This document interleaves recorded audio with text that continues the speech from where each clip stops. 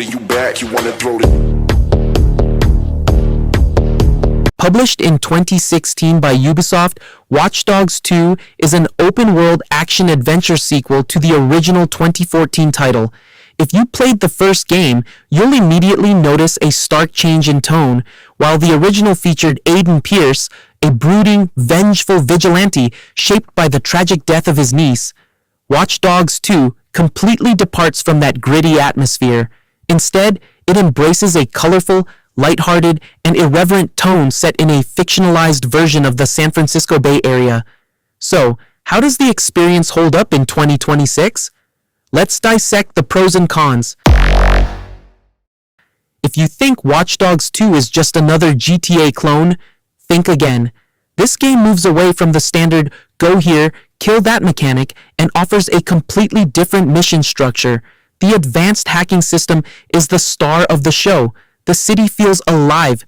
You can manipulate almost anything connected to the grid. Traffic lights, steam pipes, vehicles, and even the personal smartphones of NPCs. For stealth-focused players, the RC Jumper and Quadcopter are game changers. They allow you to scout locations and perform remote hacks without ever stepping foot into hostile territory. Most missions become incredibly difficult if you go in guns blazing. The game rewards creativity. You can hack cameras to tag targets, use the skill tree to call in gang hits, or place a false APB on a guard to have the police do your dirty work for you. This lack of hand-holding makes every successful mission feel earned. Marcus Holloway is a charismatic and quippy protagonist. While some critics felt his friendly personality clashed with the ability to use lethal force, it isn't an issue if you play the game as intended, a stealthy ghost rather than a Terminator. My major gripe is the bland story. While the first act sets a great pace, the second and third acts lose momentum. There is very little at stake, and the villain is unfortunately weak and devoid of any real surprises. The subpar writing is only saved by the nerdy, fun banter between the members of DedSec. The game uses a botnet system as a resource for hacking. The frustration lies in the balance, because hacking activities consume your botnet so quickly and your health is relatively low. Direct gunfights can feel like a chore.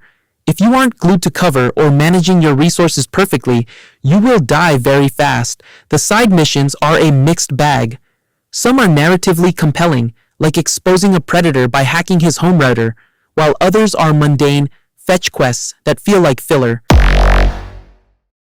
These games occupy the same genre, but have very different souls. Choose Watch Dogs 2 if you prefer a modern tech-focused setting where tactical stealth and creative problem-solving are the priorities. Choose GTA 5 if you want a massive world focused on high-octane action, driving physics, and a cinematic crime drama filled with satire. Neither will disappoint, but they satisfy very different cravings. You should absolutely play this game if you love open-world shooters with a unique, addictive mechanical hook. The hacking remains one of the most satisfying magic systems in modern gaming. Just don't go in expecting a high-stakes narrative masterpiece or massive plot twists.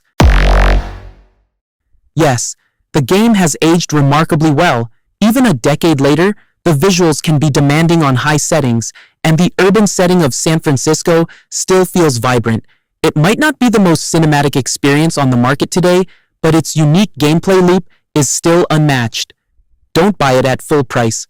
Wait for a sale, which happens often, and you'll find it's one of the best bang-for-your-buck experiences in the genre.